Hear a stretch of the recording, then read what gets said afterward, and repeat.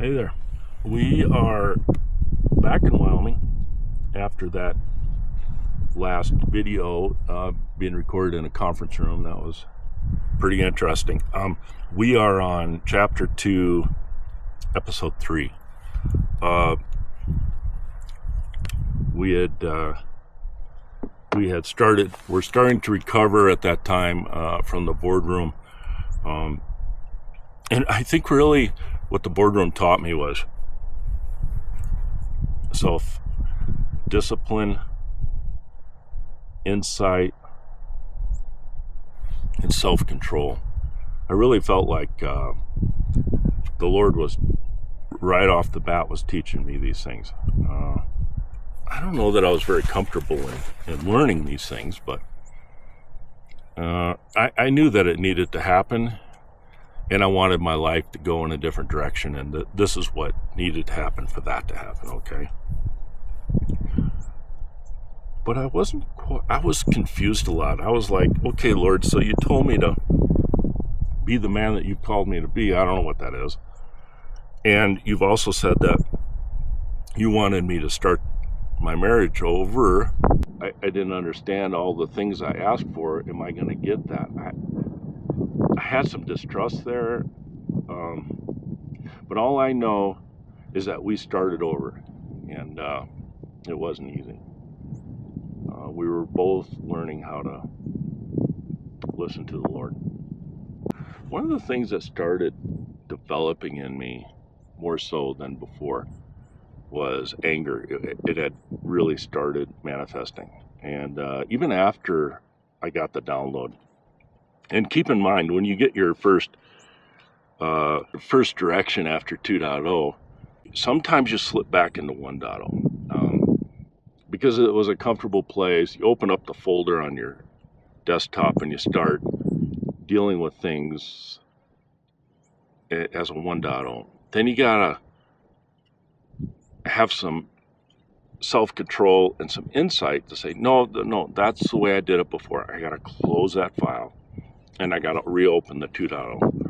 And I didn't know how to respond to a lot of things that were happening in my life as a 2.0. I knew how to respond as a 1.0, but that didn't get me anywhere. And that's what got us in the pickle to begin with. So all I knew is I needed to develop my relationship with Christ. And I didn't know how to do that. So I started going to church and I started reading the Word. And I was a newbie at it, right? I think we all start somewhere, but it seems like when I started reading the Bible, words would kind of like jump out of the page at me, and I'm terrible at remembering things and memorizing things,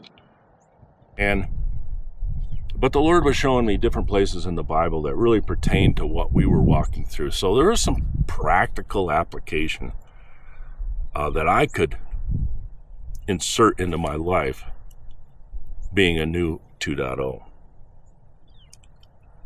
And I gotta be honest with you, I really didn't know if I believed everything that the Lord was telling me. I was worried about the deal we made, that he was going to fulfill his part, because I felt like I was fulfilling my part. I was doing everything he was telling me to do, even if it didn't make a lick of sense to me, which a lot of it didn't. And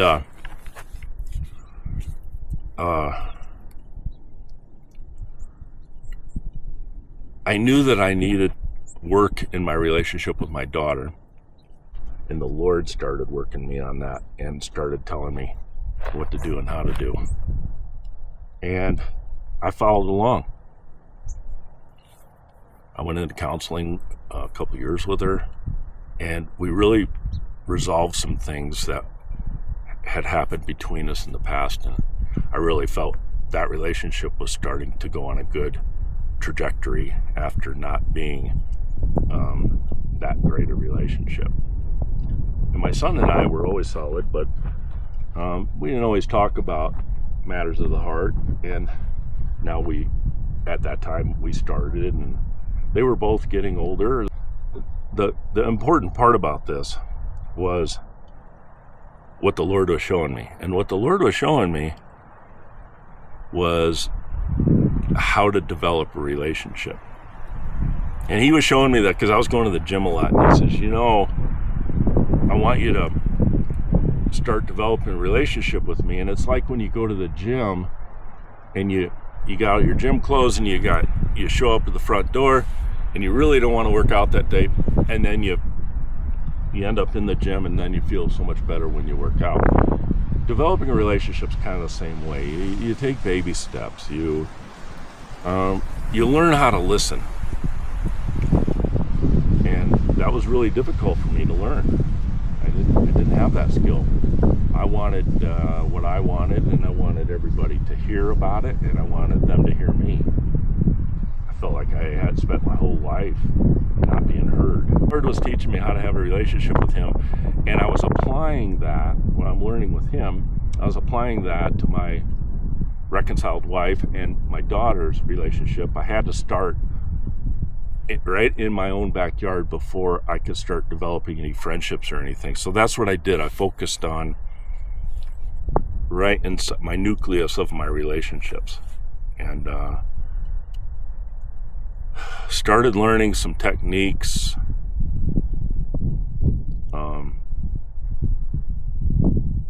through some self-help stuff. Gary Smalley, I think, was instrumental in helping me. And he put out some really beautiful materials like Love is a Decision, that kind of thing. And I read his material and it really hit home with me. And some of the things I was doing to Dana was a big rock, little rock thing. And it's like when you're talking to a person that you care about and you just say something flippantly, that could be a huge rock for them that they have to carry.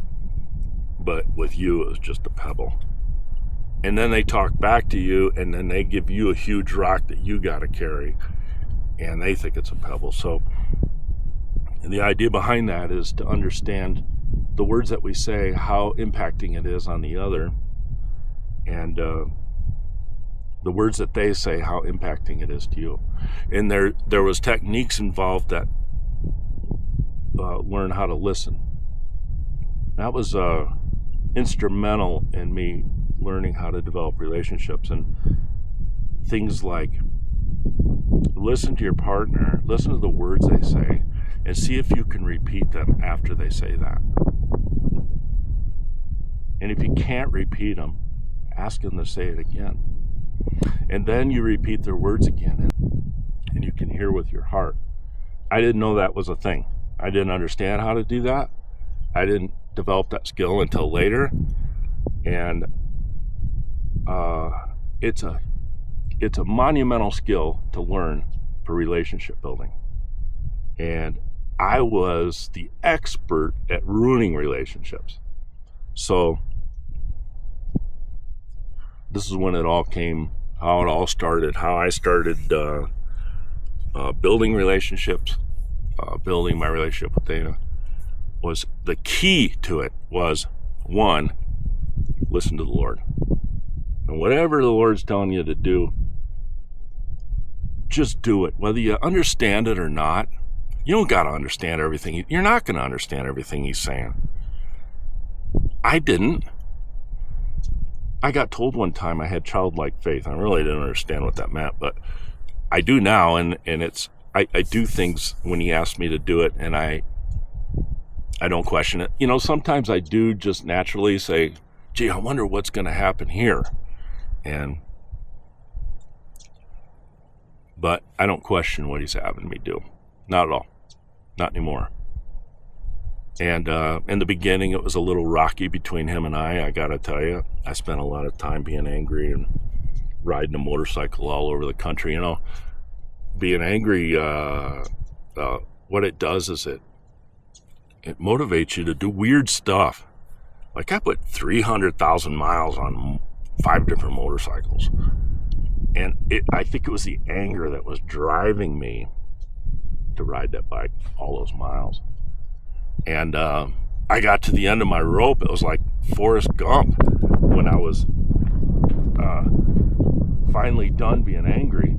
and kicking trees in the forest. When I finally got finished with that, I ended up in Kingsman, Arizona on a ride with my sister, and I was like, I'm done. Long rides anymore. I just want Scotty to beam me home. I don't want to do it anymore. And my wife said that I had been working on my anger for quite some time, and it was finally subsiding, and she believed that it was my anger that was driving me to ride all those miles and to get right with the Lord every time I got behind those handlebars. And I suppose that was the truth. I felt like that was the truth. It took a long time for the anger to subside. And there's lots of things I went through to